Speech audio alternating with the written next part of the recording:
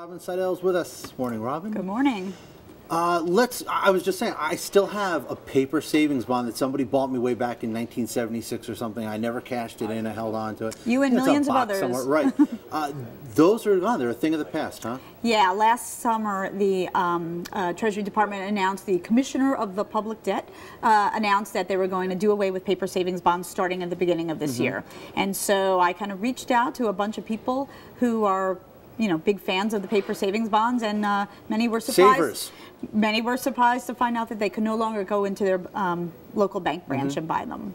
Now, one aspect in this story too is it seems like people who still want them, they need to do these transactions electronically. Right. Right. It was all moved online Via the big net, story here. and they're having some difficulty. It's not exactly a seamless process to be able to go and buy a $25 savings bond for your niece or nephew or grandchild. Yeah, it's really complicated. You have to add, you have to plug in a lot of your own personal data. Basically, the money gets sucked out of your bank account. So you can't pay with a credit card. You've got to put your bank account information, email, bunch of passwords for security, your social security number. But then it gets even tougher when you're actually trying to buy it as a gift and then send it to somebody else, because the recipient needs to set up an account, and then you have to have the buyer has to have the recipient's information just to zap it to their electronic account. Yeah, it's very convoluted. Yeah. I have to say, Robin, this gets my conspiratorial mind cranking,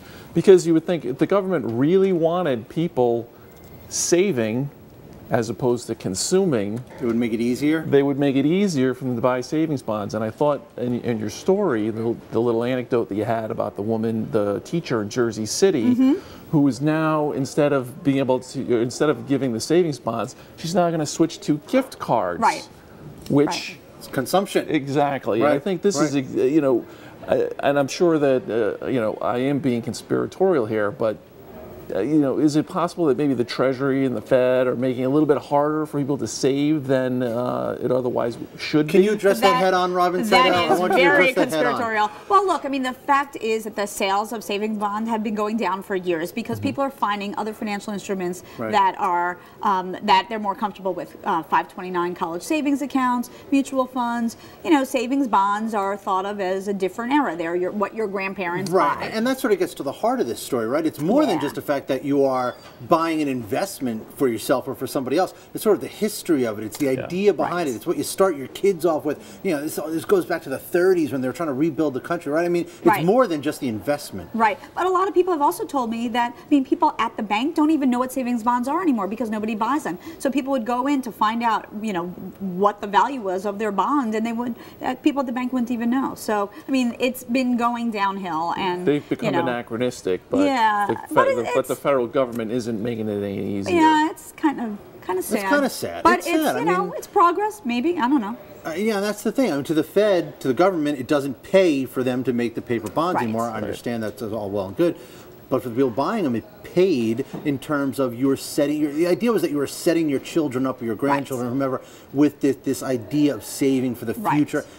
That's going away a little bit. Right, and a lot of grandparents told me that they thought that they think that, you know, children today have too much stuff, and that they wanted to instill a lesson about saving for the future. It's your patriotic duty and all those kinds of things, which frankly, you know, don't carry as much weight maybe today as they used to. One thing I love, we can't get out of this story without talking about this. Did you actually interview Kevin Costner's parents? Yes, I did. You interviewed.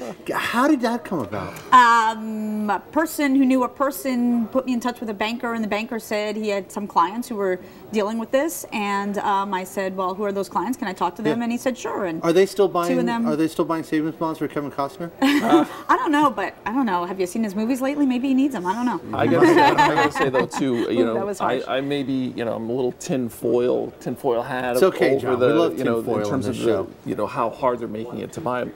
But it does speak to the culture of consumption here, though. Too. Oh yeah, we're very not much so. Culturally in that mindset to buy savings bonds, to save money. Well, look, I mean, you pointed out in the story too. Like in the '60s, they had the TV stars come on and push bonds. Right.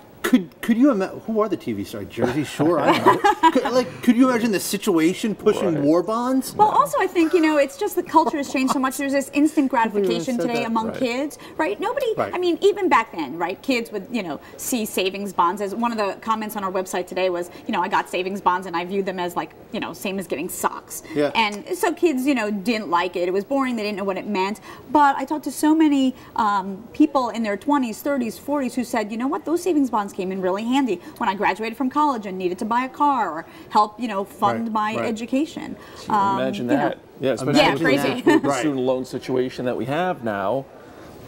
There you go. Although I'm not sure if grandma's savings bond is going to get you through college these days. That's true. No, that's very true, unfortunately. All right, Rob, we have to leave it there. Thanks for coming on. That's a good story.